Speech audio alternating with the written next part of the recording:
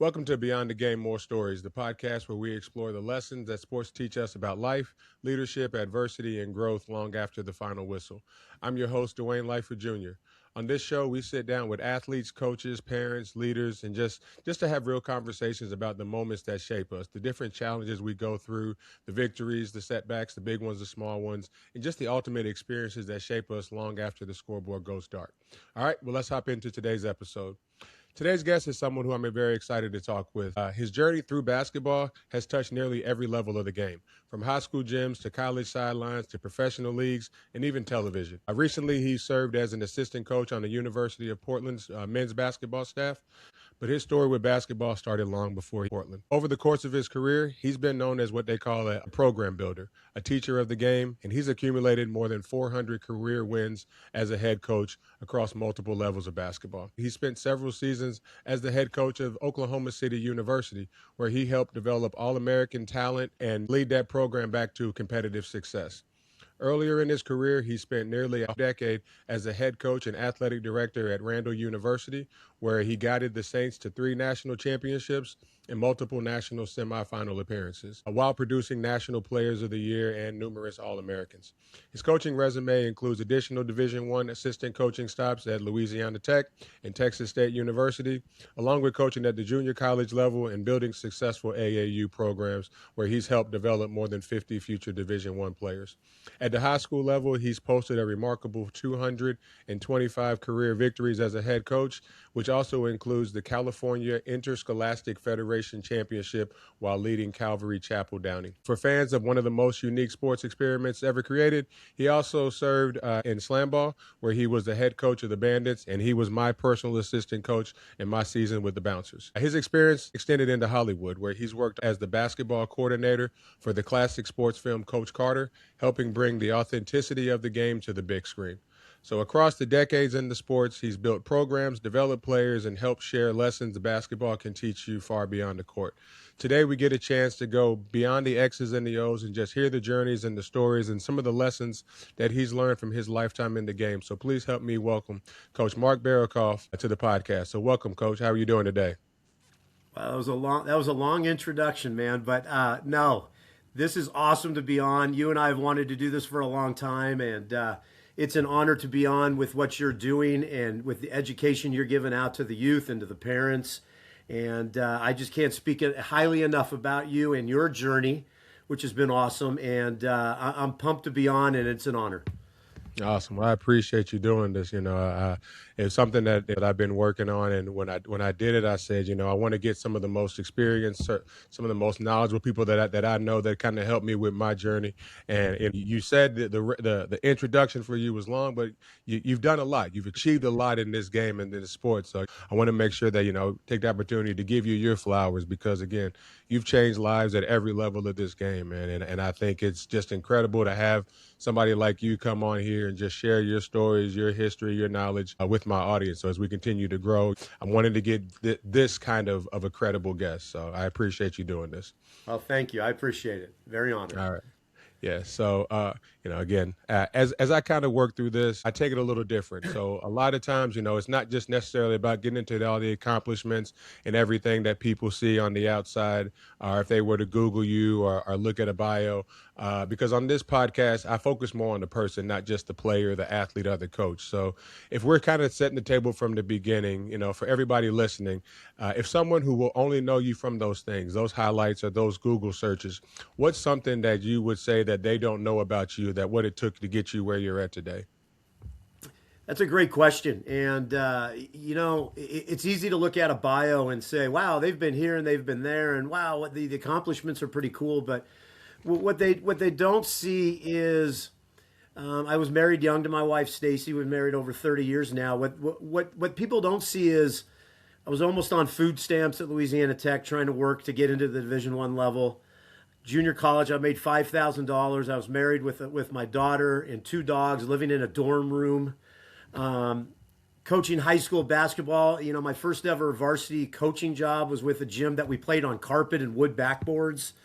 Those are the things you don't see. The things you don't see are the moving around and trying to find different jobs and moving your family and your daughter having to go to different schools and have different friends, and those are the things you don't see. And it was all to get to a certain point in your career where you could say, I've done this, or you could become a head coach at this level. So I guess those are the behind the scenes things you don't see, the sacrifices made by your wife and your daughter, and the sacrifices made living in not so great places and in trying to become a coach. And a lot of people have my same journey, that they did the same type of stuff I did. I always try to tell, whatever program I've been in, like the managers or the GAs, and they're talking about, having to do the laundry or doing the shot clock or the video. I've done all that stuff, and I've done some more of it. So that's what you don't see. It's the sacrifice made by other people to help you get along the way. And it's coaching is not an easy business, and there's a lot of sacrifice involved. Yeah, and I agree with you. I say that I've always said it takes a journey. My journey, I didn't make it on my own. I had friends, parents that took me to practices, picked me up from school and everything.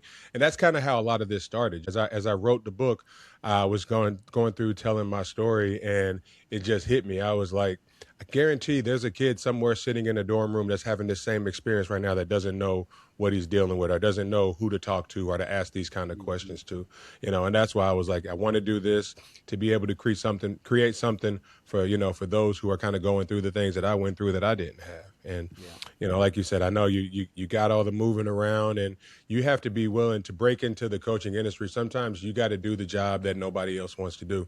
I tell a lot of people, my freshman year of college, I came into Butler University, and we ended up losing one of our assistant coaches, and they brought in this new guy.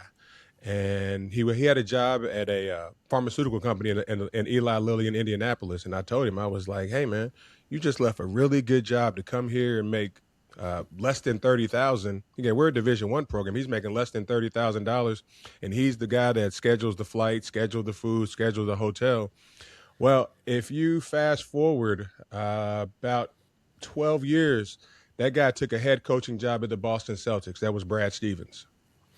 So again, you see the journey. A lot of people see you don't always fall into the Coach K realm where you get that Duke job at a real young age. Sometimes you got to go through the different levels to get where you're going and just build those contacts and everything. But again, you got to have that supportive backbone at home that's helping hold down the fort, and be willing to move and everything. So I totally agree with that, and I understand it, and I'm a product of it, and you're a product of it, and that's why this sports thing I think is so amazing. Yeah. Yeah, I mean, I think what gets lost along the way, and if there's any future head coaches out there or head coaches, I think what a lot of times head coaches forget is what it was like, and they get to be a head coach and they forget how to treat people and how to treat people the right way, and they forget that stuff, and it becomes like really quickly. So my advice to anybody out there that wants to be a head coach or a current head coach, or you're going through something right now, don't forget where you came from, and don't forget how to treat people the right way. Yeah, never burn a bridge, because you never know when you're going to need to cross that bridge later in life. Yeah, totally agree. Yeah. So, like I said, we went through the resume again. You've been doing this for a while. Again, national championships, All-American players that you've done. Again, you've done it at every level. You've done the high school, you've done the AAU, college, JUCO, Division I. You've done it all. So, kind of tell me a little bit about when you think back to when you first started. What did success mean to you then? And now that you've been along this journey now for all these years, how would you define it now? What kind of changes do you see in that? I think when you're young, you define success by only your wins and your losses, and that's all that you think about. I could remember when I was younger, and I was dealing with like these older coaches, and they were always talking about their former players and what they're doing now. And I always looked at that. And I'm like, man, those guys are so old. Like all I cared about was let's win a championship, let's find the next job. And it never dawned on me that for me, defining success is what my guys are doing 10 years from now. That's success to me. Winning and losing is, I know that all means everything, and it helps you keep jobs and it gets you to the next job. But for me, I take so much more satisfaction in when a guy calls me and said, hey, my daughter just made all conference or all league of her high school volleyball team, or, I'm a teacher now and a coach because that's what you were doing back then. Those to me are so much more success now that I'm at my age of 52, and I think this is like my 30-something year of doing this. 30 years ago, it was like it's all about winning and losing and what's your next win and are you going to get the next best player. But I'll tell you right now, I love hearing from former players and seeing them on Facebook or on social media, posting pictures of their kids or their accomplishments. One of my guys is a firefighter. I've got another guy selling cars. I've got another guy, one of my best players I ever had, Trey Sneed, at Randall, when we were in all the championships. I saw a picture and he says, I'm coaching my daughter now in basketball. To me, that is success. And that's where I'm at now. And 30 years ago, I never would have said that. And I only looked at it, I'm like, man, those guys are so old that are saying, like, come on now. I'm never going to get to that point. And now here I am. And that's the biggest thing that I look at is what my guys are doing. That's how I define success. Because if you think about it, the banners are always going to be up there on the wall, wherever you may be. But it's what happens to the guys that got those banners. And I think that gets forgotten a lot of the time in the athletic departments or the schools. They look at the banner and it's like, man, that's so cool, that team won. But they always forget about the person behind that banner or the players behind that. For me, it's the big success is what they're doing now as humans. Yeah, and I like that because that's one thing I've always said. You can always tell the measure of a coach by the players that come back. How many players are giving back to that program, are coming back, and they're sitting in the stands a later time they play. And one of the last chapters of my book, and it's actually one of the platforms I had from my youth athlete initiative, is titled More Than an Athlete. Understand, like you said, we're not just about the banners and everything, because as a coach, you're trying to raise a man or a woman, right? You're not just trying to because the numbers of people that actually make it's 1% of 1% that make it to that professional level. So what are you going to do after that? And I think that's what a lot of coaches, like you said, lose, especially early on in their coaching career. They lose sight of that, and just because the food on their table depends on, like you said, those wins and losses. Yeah. But when you get a coach who you can tell cares about you and they've invested time in you, I'll never forget my college coach. Because with the way basketball works, we're in school throughout all the major breaks. Right. Yeah. So we're, especially at the college level, we're Thanksgiving break, we're there. Christmas break, we're there. Spring break, if your team's good enough, you're there. But my college coach invited me and there's two other kids from Wisconsin that didn't get to go home. Had about 36 hours off for Christmas one year. My college coach invited us over to his house to have Christmas dinner with his family. Just to see that somebody cares about you, it makes you want to run through that brick wall for that coach, because you can tell that he really cares about you as a person, not just as a basketball player or a football player or cheerleader or what it is. Yeah, that's a great point. Again, I think it gets lost so much. That head coaches and assistants, you just look at, what have you done for me? Did you win? Did we lose that game? I think the relationships are what get lost. It gets lost right now a lot of the time, and especially in Division I basketball with the portal and all that stuff. I think that's what's changed everything, is the relationships behind everything, and that's one of the reasons why I'm not doing Division I anymore. I think I want the relationships, and I think after all these years, I'm looking forward to gaining back those relationships, and it's hard at the Division I level. I think a lot of guys say they have these relationships, but I think that's all. It's a lot of fluff, if you want me to be really candid and honest. The relationships are big, and I think what you're doing in this platform is big, because you're talking about that stuff, and I commend you for that. I appreciate it. Yeah, and it's hard because I will say, in my experience, my coach left after my freshman year in college, and we had another coach. I'm building a whole new relationship with this guy, and sometimes it takes more than a year to build a relationship with the coach. And with the way the portal's working nowadays, you got guys who are going to spend their 4 years at 4 different schools. Mm-hmm. And don't build not just relationships with coaches. You don't build your relationship with your teammates. You don't build relationships with your classmates, and I'm fortunate. I was able to meet my wife in college and everything. And if I would have just got up and left after a year, who knows if our paths would have crossed or anything like that. Just again, like you said, the relationship uh, aspect of college basketball is really really suffering right now with just the environment and the way that it's being run. Yeah, Yeah. I totally agree. But like you said, you like that relationship. So you've built these kind of relationships with different athletes over the time, and you've been fortunate, in some of your stops, you've had really good players. I know you mentioned the one player that you had at Randall, but you've had some players that you've had to develop. You've had All-Americans, you've had guys that have turned pro. So what are some of the difference you notice in the habits and characteristics of those kind of players, those top level players that you've dealt with, and how do you adjust your approach now that you have to, as a coach, you still are responsible for holding those kids accountable? Yeah, I would say early on, a long time ago, kids were more inclined to get in and work on their game and shoot. And there wasn't I mean, this just tells you how old I am. There wasn't like trainers. There wasn't like workout guys when I was starting. I never would have thought that would be something. I mean, it was always, hey, coach, can we get in the gym? Or if I can't get in the gym, and I know this is going to blow people away, can we go to the park and shoot, like outside? And like, I mean, that's mind blowing now, right? To go outside and shoot for the kids nowadays, or whatever sport it might be. Everything's indoors, right? I would say the biggest thing that I've had with the guys that have been really good is just their ultimate desire to be the best. And it's from practice, it's from the first drill, it's to being like, I got to be the first guy in the gym to get shots up. It's like when practice ends, they're still in the gym working on their game.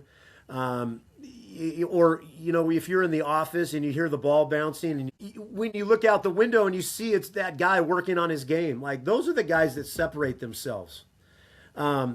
But it's also the less talented guy, Dwight. I mean, it's the less talented guy that works on his game, that's in there all the time. It's just this ability that they want to be so much better than the next guy, and it's like an everyday thing. They bring it every single day. And I always tell guys, like for guys that don't play a lot, make practice your game situation.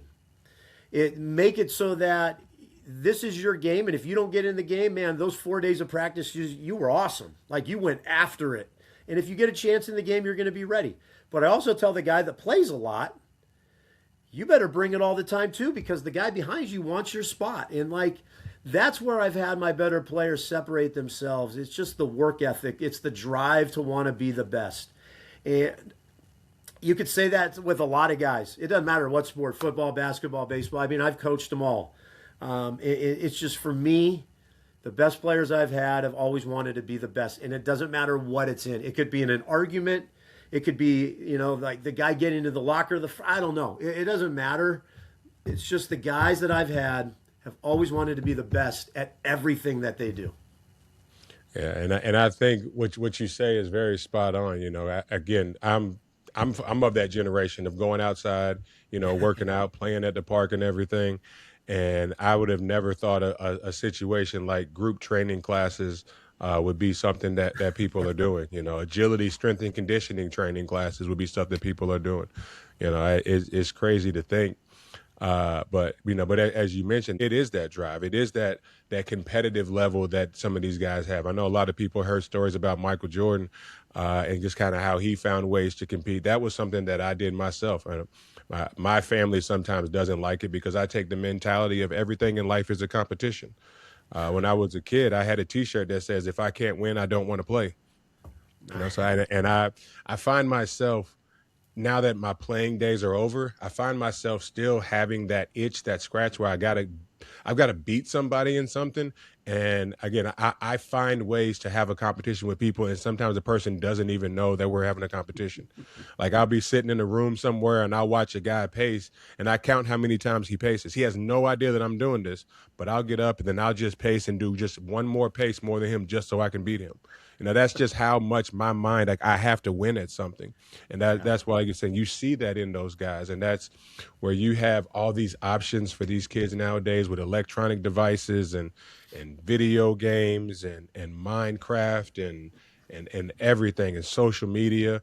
That is a lost art of just getting out there and just working on your game. Because again, you think that I can go spend these hours twice a week with my trainer, and a lot of the times I always say, be careful who you put your player around, right?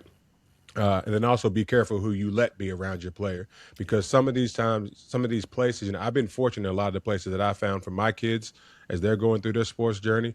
But sometimes you get these people who are going to say whatever it is that you want to hear that will keep you paying them, right? If you're training my kid and you know that he's not really doing this right, but you're going to give him this motivation because you want me to continually pay you my monthly subscription fee.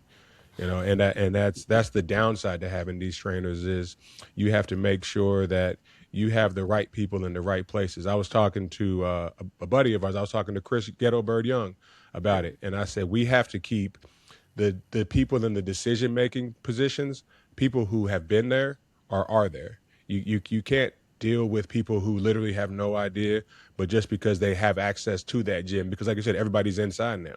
Just because you can get into the gym doesn't mean you're the person that needs to really train my kid. Yeah. So I see it every day. Yeah. It's amazing. I'm a lot older than you, but to go inside of a gym was like this glorious moment. Like we would have to sneak into gyms, and now it's like kids won't even step foot outside to work on their game, whatever sport it may be. I mean, it's different times, but you're right. I mean, you've got to be very careful who you trust and who you put your kids, well-being in front of. I mean, you got to be very careful nowadays. So yeah, you made some great points there. I'm in Florida now. I ride past a lot of empty parks every day. Yeah. So they just don't understand. Yeah. So you kind of talked about this, but just kind of that mentality that from the first guy to the 15th guy on that roster, you got to bring it every day in practice. But again, like I said, you've seen this and coached this at every level. How would you kind of compare and contrast certain things like preparation, intensity, and expectation? How does that differ from the different levels, like a high school to a college to professionals? I'll be honest, in terms of like drills and like things being done in practice. I mean, I've seen a lot of really good high school coaches that are a lot better than college coaches. I've seen some good college coaches that are better than high school coaches. I think here's the difference that I've seen is in high school, if you're one of the 2-3 best guys, you're sometimes just unless you're in a different type of program, but you're just way better than everybody else. So I see a lot of high school kids coasting. Because they're so much better and they could take plays off and it comes easy for them. The difference is now when you get to the college level, as you know, everybody is as good as everybody. There are walk-ons that are as good as 7th, 8th, 9th guys on the roster. There are walk-ons that are all state players that just never got a chance and walked onto a program. At the college level, every drill, every bounce of the ball, everything, it's amped up even more.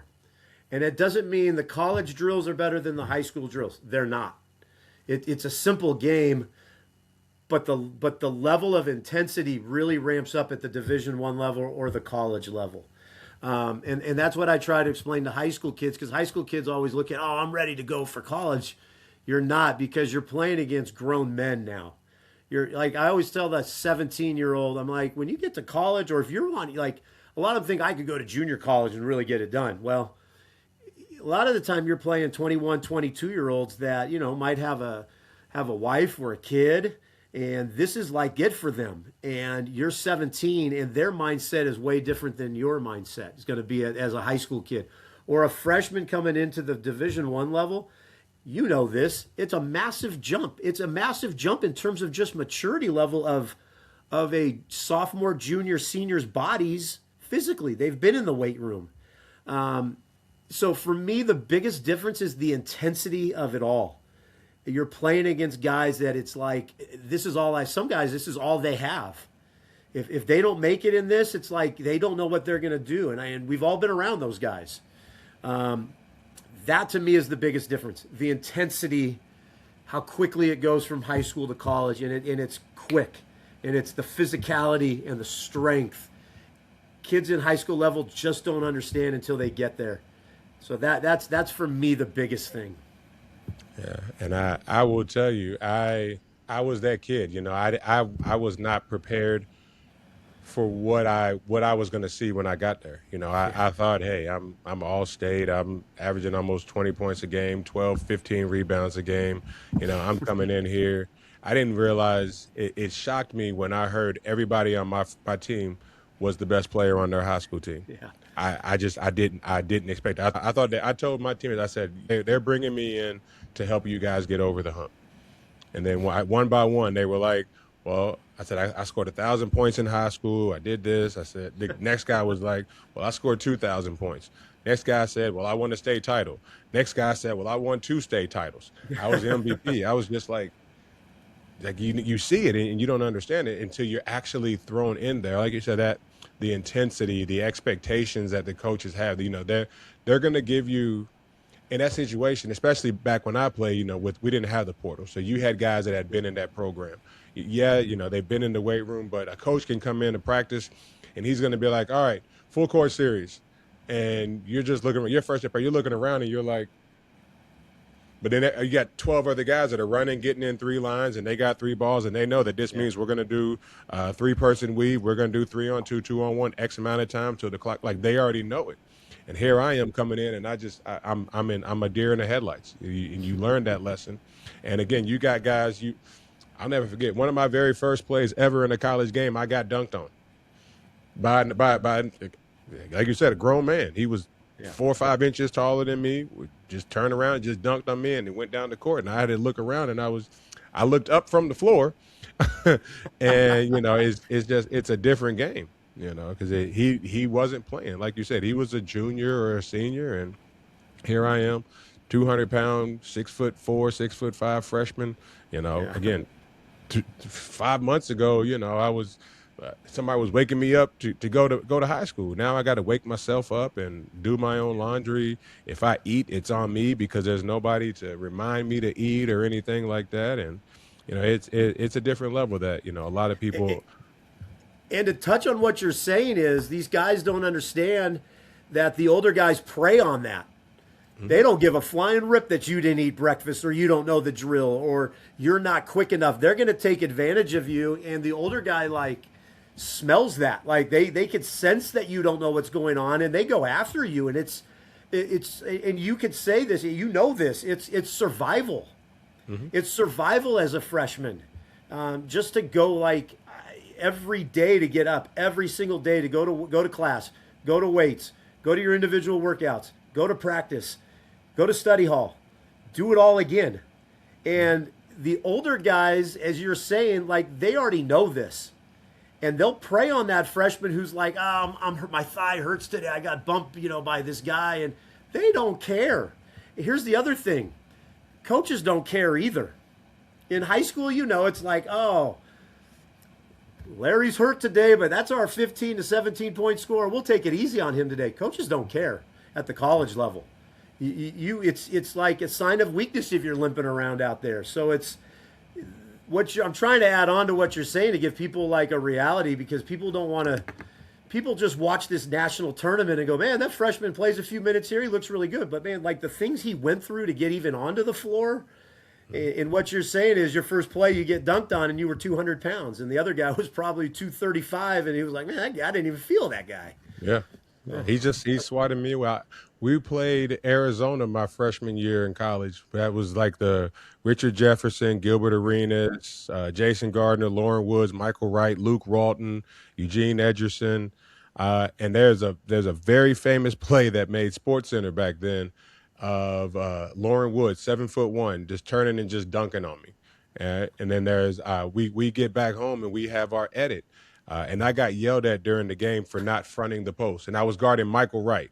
Michael Wright, 280, first round draft pick, 6 months later. And the coach is like, you're guarding him in the post. I need you to get around. You got to front the post. And he's like, look, so we get back and he wants to watch the film. And all you see, and I was like, see, I told you, because you just see me trying to get around him.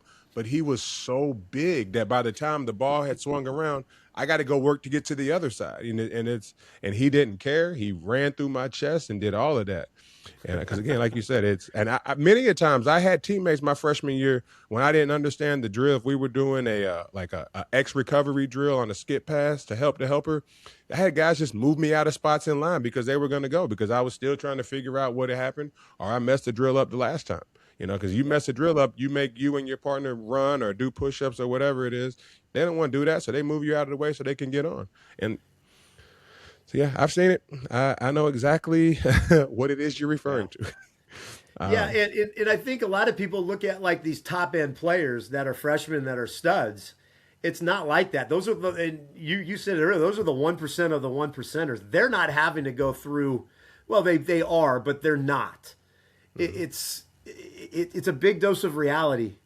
It's a big dose of reality going from the high school to the college. It's like going from being the junior high guy trying to make the varsity as a ninth grader. It's a whole different, it's different steps. And it's like going from college to pro. I mean, it's like all of a sudden you went from being this stud college player in the ACC, and now all of a sudden you're a pro with pros, and it's the next step. So it's, what you're saying is right. There's no time to wait. And I think what I like about what you're doing is you give the honesty of it. There's no sugarcoating it. So I like that. Yeah. I appreciate it. And I've lived a lot of the good. I've lived a lot of the bad. I've seen a lot of this stuff firsthand. A lot of this stuff was done to me firsthand. But again, it is the nature of the beast. And that's why I like doing this, because I always say people don't know what they don't know. Yeah. Right? You can always talk with somebody and they can tell you their story, but if they haven't really lived it or been there, and that's why I like having people like you come on it, because you've seen it, you've experienced, you've taught it, you know it, right? So again, like I said, I want to keep the people who know as the decision makers, not just the people who interview well or the people who can afford to rent the gym out and all of that. So it's very important to me that, the message gets delivered from the right voices. So yeah. All right. So like I said in the beginning, you've won several national championships when you in your time. And that is kind of the thing. Every season you begin, and that's your goal, whether it's Duke or whether it's Queens College, this year, that everybody begins the season with that same goal. But let me ask you this, being somebody who's won it, when you get ready for a new season, how do you refocus your team to keep them motivated to start the process over and not just feel entitled and feel like something's going to be given to me because we won it last year?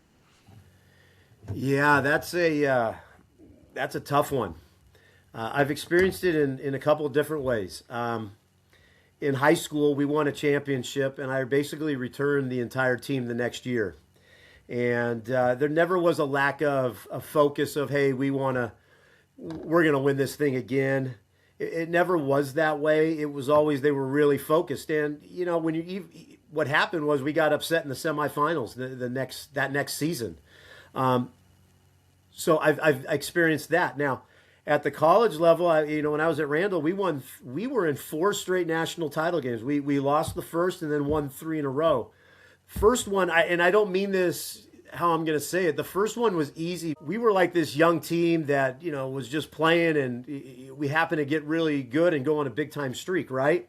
Well, I returned that team the next year, and the focus was we want to prove everybody wrong that wasn't just something that happened. So that was an easy motivation. I had the same exact team go for the third one in a row, and that was a lot tougher. It was because it was we've done this now twice.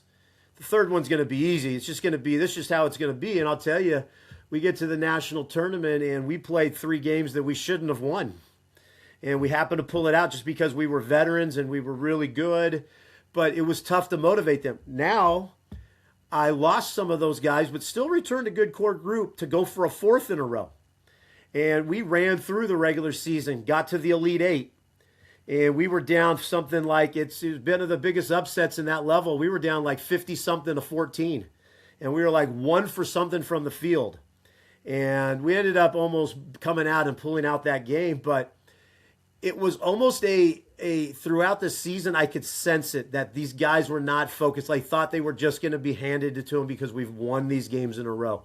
So what I'm trying to say is you still have to motivate really well. Like you still have to get them going because sometimes guys become complacent.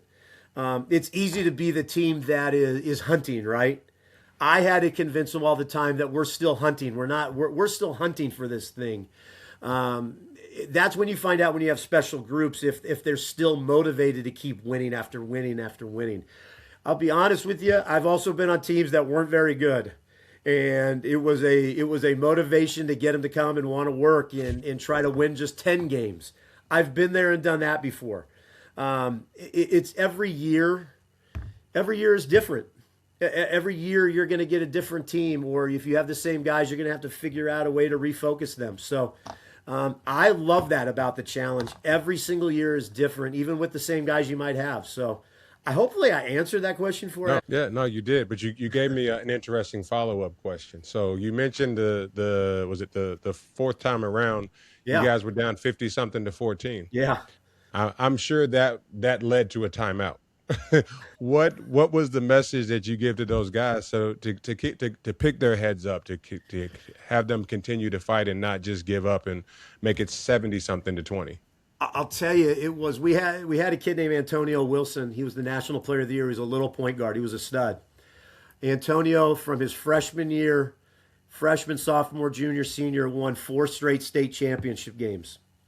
He then went to a D2 and redshirted, then came to me. He then won it as a freshman. He won it as a sophomore. He won it as a junior. He had won 7 straight championships. He was the starting point guard on that team in the locker room when we were down 40-something points. And I think it was 40. I tried to put it out of my memory. But the message was we're good enough to come back. But I'll be honest, when you have never lost like that, the look on some of their faces were just in disbelief, like they couldn't believe what was happening. And it was almost like we had to get them to believe in themselves again, even after all the success a lot of these guys have had. I mean, we had multiple All-Americans in that room, champions. We had to convince them they were still the same guy. And we made a miracle run, and I think we threw a turnover late that would have got it under 5. But it was just, it's a hard message. It's a hard message when things have become easy. And I'll even go back a step further. I'll never forget the day before our practice was the best one I've had in 8 years. They were locked in. They knew the scout. They weren't missing. And then we go out, and it was just the biggest clunker of all time. So the message was that they're still good enough to come back, but I've never seen a look of disbelief on some of their faces before. I'll be very honest. I know you wanted this hard-hitting answer of motivation, but it was a lot of disbelief. And I'll be honest, I was as white as a ghost, and I'm a white guy. So, I mean, you go from there. Yeah, no, and I've been down in those situations. I've been up in those situations, and I never thought about it from that aspect. But I think that's a great message. Hey, you still are who you are. You still got to come out, and that team is no different than you. You can go out here and do it. They scored 52 points. You can score 52 points. But again, you've done this before, so dig in. Fall back on who you are, and that's that muscle memory. You can't forget all the work you put in. What I tell people a lot of times is when you're tired, that's when you fall back to your muscle memory, right? So no matter, even if I'm tired, my natural shot's gonna still look the exact same because I've done it 10 million times. Yeah. And in that moment, you're telling them, hey, you are still good. You still know how to dribble. You still know how to shoot. Just go out there and do it, basically. Yeah. So I like it. Yeah. Great point. Great point. Wayne. So like I said, so sports has a way of teaching us lessons that just go far beyond the game, which again is the concept and everything that I put in here. As a coach, when you have an athlete who enters your program, regardless if they're that All-American talent or if they're the walk-on or whatever, what's the most important lesson that you hope that player leaves your organization with? I think a lot of teams, you hear them say, they'll put their hands in and they'll say family or we're family, right?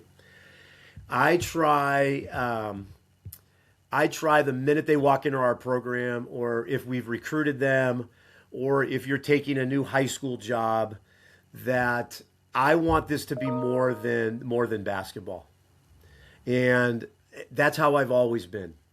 I want them to walk out of this program saying, wow, I played for a guy that truly believed in me. And it might not just be basketball. It could be that he wants to go be a doctor or a policeman. He believed in what I wanted to do. I want every one of my guys, when they're done or throughout the season, to go, that guy believes in me. Man, I don't even play and he still believes in me.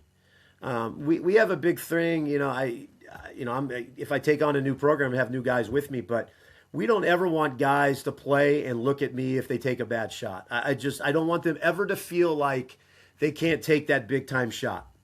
Now it's hurt me in the past where I've had guys take some really bad shots and I didn't really say much, but I've also had times, it's going through my mind now. I have had times where guys hit some shots to win games. Man, they had all the confidence in the world. I say it's helped me more than it's hurt me. I just don't want guys looking over their shoulder with me. I want them to say, you know what, that guy believes in me. That guy believes in me. That guy doesn't, I'm not a big yell and screamer and do all that stuff, but I think when I have done that, they're like, dang, Coach B's like, he really is serious right now.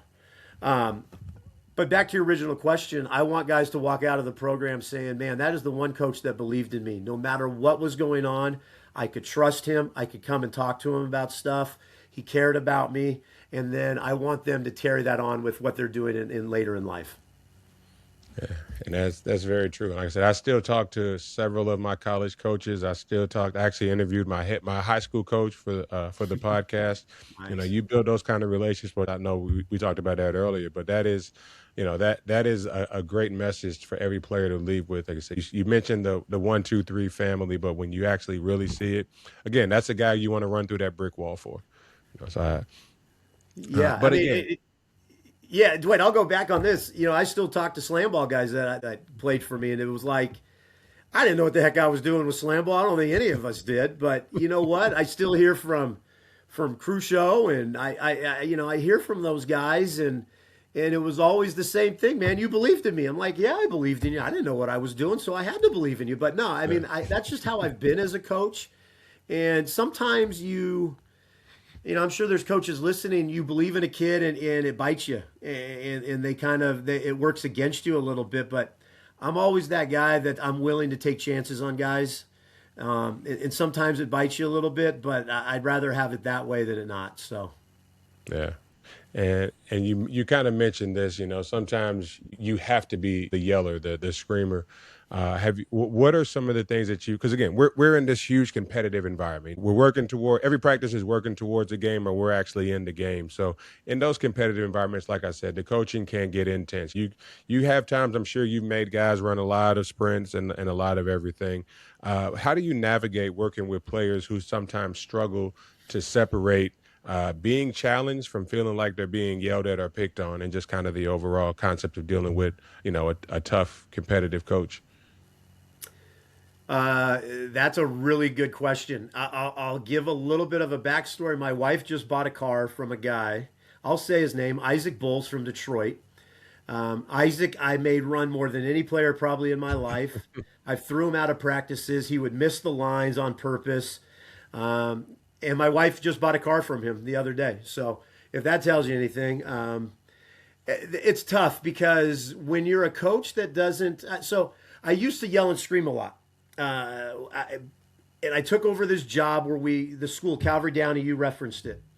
And I went into the locker room yelling and screaming. I think I even tipped over a table, and the team looked at me like it was these Compton and LA and Watts kids and South Central kids, and I'm this white guy. I'm like the white shadow in there, right? And they looked at me like, Coach, huh? A lot of this generation doesn't know, but that was a great show back in that's my Nick and Night days. Yeah, and the point guard that I had, Tim Drisdom, ended up playing 4 years at Utah for Majerus and had a great college career. But anyways, I knew him from AAU ball, but it doesn't. Anyways, I walked in there and they looked at me like I was this crazy dude. They're like, Coach, we don't need you yelling and screaming. We know we're playing bad. Tell us what we need to do better. And that kind of changed how I approach coaching. Like I thought it was all about yelling and screaming and doing this stuff. I think if you could lead and the kids know that you care from the second, and it's not fake. I've seen so much in the past of coaches yell and scream all day long in practice, yelling and get on the guys, and then you go in the office and they think you're buddies with them, right? If they see that you care from the beginning and you can establish that with them and develop that relationship, I think it's easier to coach I think I have found myself able to coach more difficult players than the easier ones. Why? Because they know I care. I'm not fake. And that's easy to say on a podcast, but that's just how I live. And I think those kids see that, and they can see through the baloney or the BS, right? I think they see through that. It's one thing we don't give the credits for these kids nowadays. They see through that stuff really well. It's not back in the day, like you wouldn't see them give so much emotion to that stuff. Now it's like kids see that and like they're like, "Oh, I'm done with that dude. That guy ain't real. He's not a real coach." So what you asked was, yeah, I've made teams run. I've thrown guys out of the gym, but they know, like, dang, Coach B never really is like crazy like this. Man, I really must have done something. And it takes some time to establish that. You just can't walk into a new team and say, "All right, guys, I'm going to love all of you." Like we're going to have some ups and downs, but you have to live it every day as a coach. And I think that's what I've been successful at is my players know that I live that every day and it's not a fake thing. And I think a lot of guys nowadays are fake. And I'm just going to call it as I see it. They're fake. Yeah. Again, it's just kind of the nature of the beast, the way the game has changed. Like you said, that relationship stuff is really, it's harder to get through nowadays with everything. But yeah. So if you kind of look at, like I said, so you were with University of Portland this past season. Again, we got the transfer portal, we got the NIL, all the different ways that this game has changed.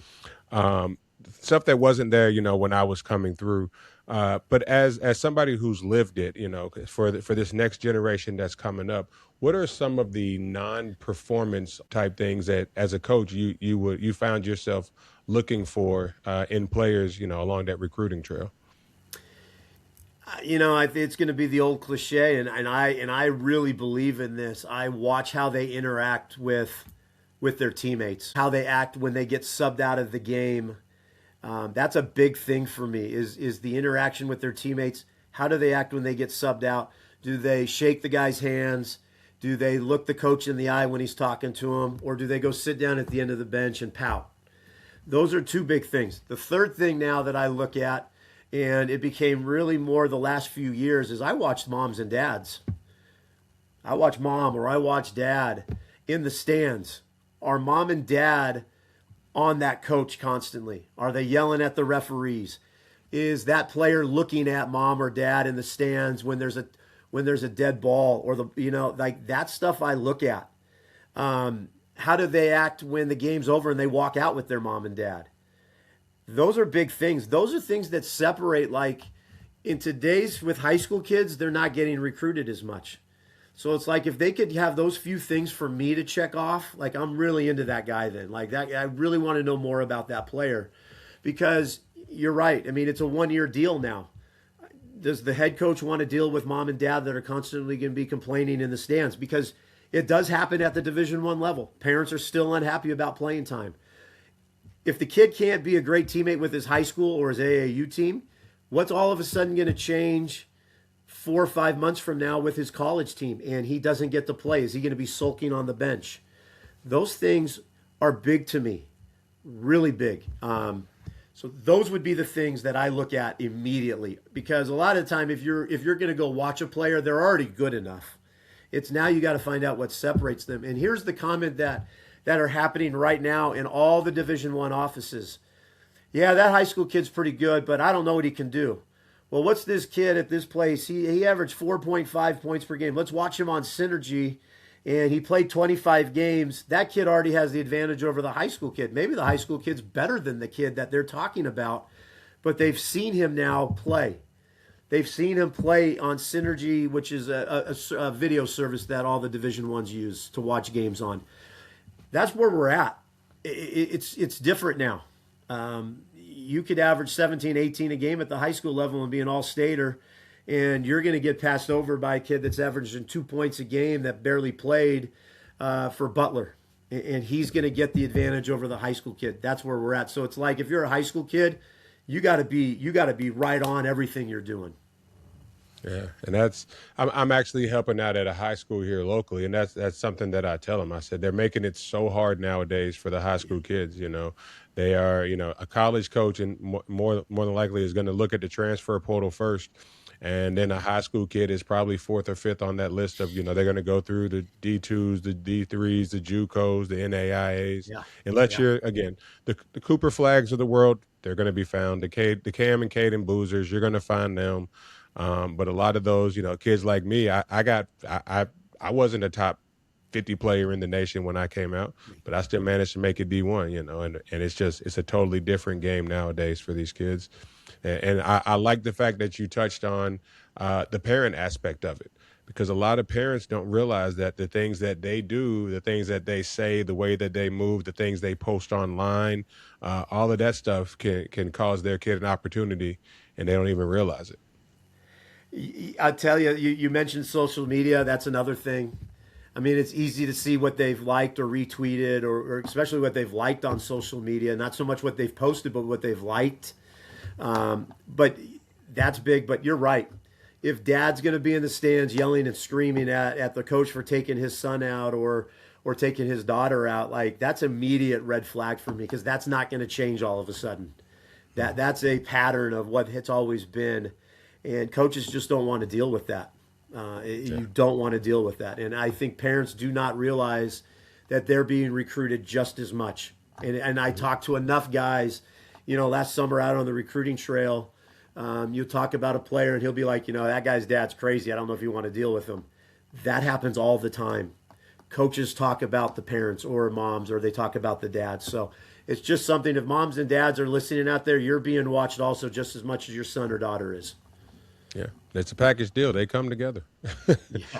So, very much all right. so. Well, I appreciate all the insight there. So like I said, that was kind of, the major, just kind of want to pick your brain, kind of reflect back on some of your things. Now what I want to do is kind of pick up the pace a little bit. We're going to hit some little quick hitters, just some this or that. I may give you a quick question. You tell me the first thing that comes to mind.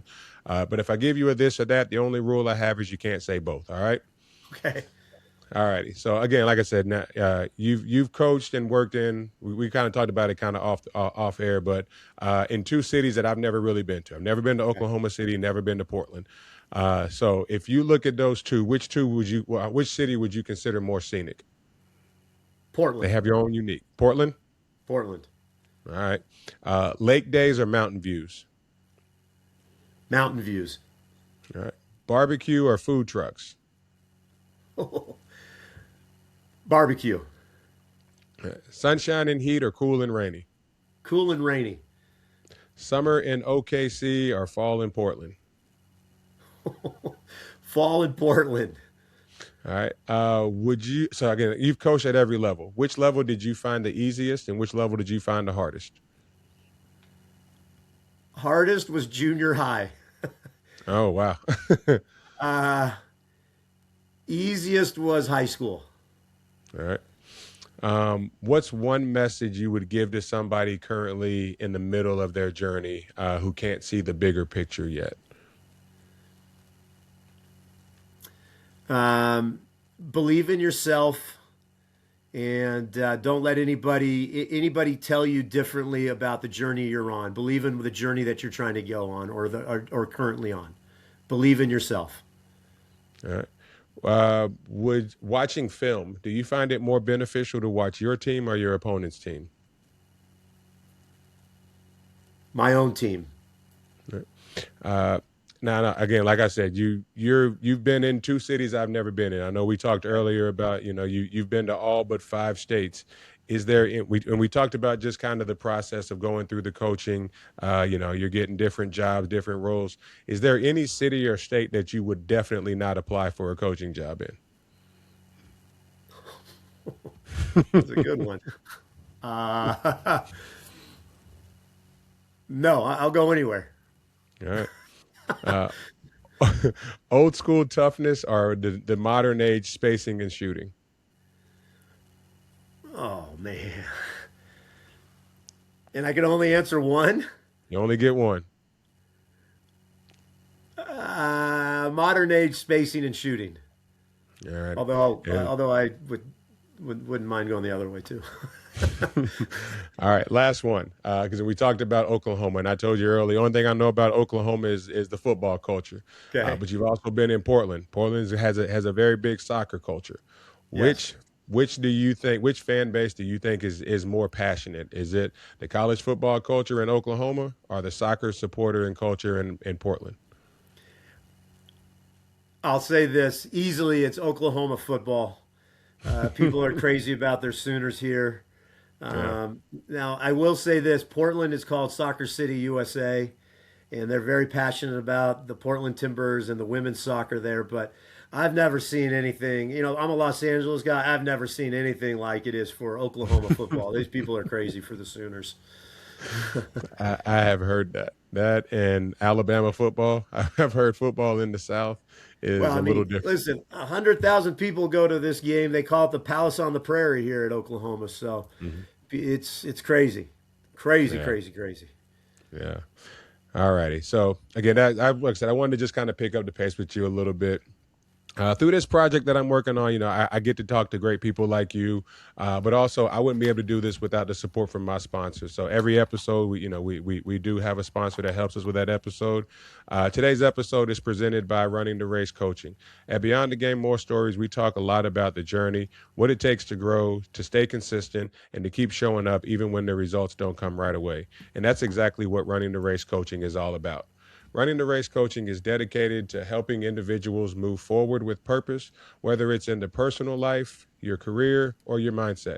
This isn't just about a quick fixes or surface level motivation. It's about real growth, accountability, and building the discipline it takes to stay committed on your path.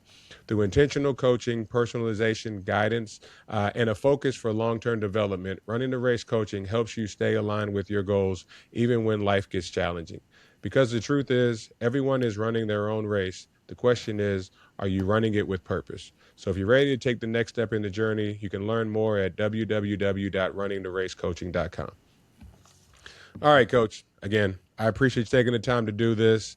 Again, this is a project that I've started that I'm very passionate about, and it gives me the chance to reconnect and link up with a lot of people from my journey and my path. So, one thing I definitely want to say, because I know our time together at SlamBall got cut short, but like you said, you believe in your players, and that was something I felt. When I got hurt that season, I appreciate all the support and the belief that you had in me. And you talk about you didn't know what you was doing. Neither did I. All I knew was put the black and red thing in the orange thing. That was my goal. So again, I appreciate all the support and everything that you gave for me. Again, when I do this, like I said, I want to give everybody the opportunity to kind of let us know, of everything, what the projects they got working on or anything like that. So again, thank you for taking the time to do this. But if there's anything you want to say or shout out anybody or any upcoming projects or anything you got going on, I wanted to give you the opportunity to do that. No, again, I do these a lot, but this is the one of the things I was most excited about was what you're doing, and your passion for the youth and to get stuff out there. So I've got nothing to shout out other than I'm proud of what you're doing. I'm proud of the platform that you have created. I think it's missing in our society, and guys like you need to keep doing more of this. So from one coach to another buddy of mine right here, I'm proud of you. Keep going and keep helping everybody. It's really awesome to see. Awesome. I appreciate that. And I definitely will. Again, like I said, I appreciate you taking the time to come on here and do this. Again, I think a lot of people are going to learn a lot from our conversation and just overall your experience. So I know, everything you're doing, you always got my support. I remember back when you called me probably about 2011, you were trying to interview for a job in my high school in Kentucky. Yeah. So again, anything I can ever do for you, I will do the best I can. I support you. You haven't been to Oklahoma City, but I will continue to follow you everywhere you go. And again, I just appreciate everything you're doing. You're awesome, man. I love it. All righty. So lastly, I want to thank my audience. Thank you for taking the time to spend a little bit of your day with us. I hope you kind of got something from this conversation. It was something that was very important to us to reconnect and just kind of deliver some of these stories and these messages. So again, if something that you heard that you liked, please give us a like, a subscribe, a follow. We're on Spotify, we're on Amazon, we're on Apple Podcasts, YouTube, Instagram. We're everywhere they're delivering content. Or even if you think one of the stories that Coach B or I shared is something that you know somebody who could benefit from hearing it, please share this with them. Again, that's how we continue to grow this platform and everything. For more information on Beyond the Game, more stories, please visit our website, www.btgms.com. Very easy to remember. It's just our name. It's Beyond the Game, more stories.com. On there, we got all the information. We do have official merchandise and everything like that. So as we get ready to close out here, again, Coach B, I appreciate you. Thank you for taking the time to do this. Sometimes, at some point in time, everybody will take that jersey off for the last time. The ball will stop bouncing, the touchdowns will stop coming, and the career will come to an end. The lessons that we got from those games, those practices, those relationships will never stop. So keep in mind, even though the games and everything may end, the lessons and everything will continue on for a lifetime. So until the next time, we'll see you beyond the game.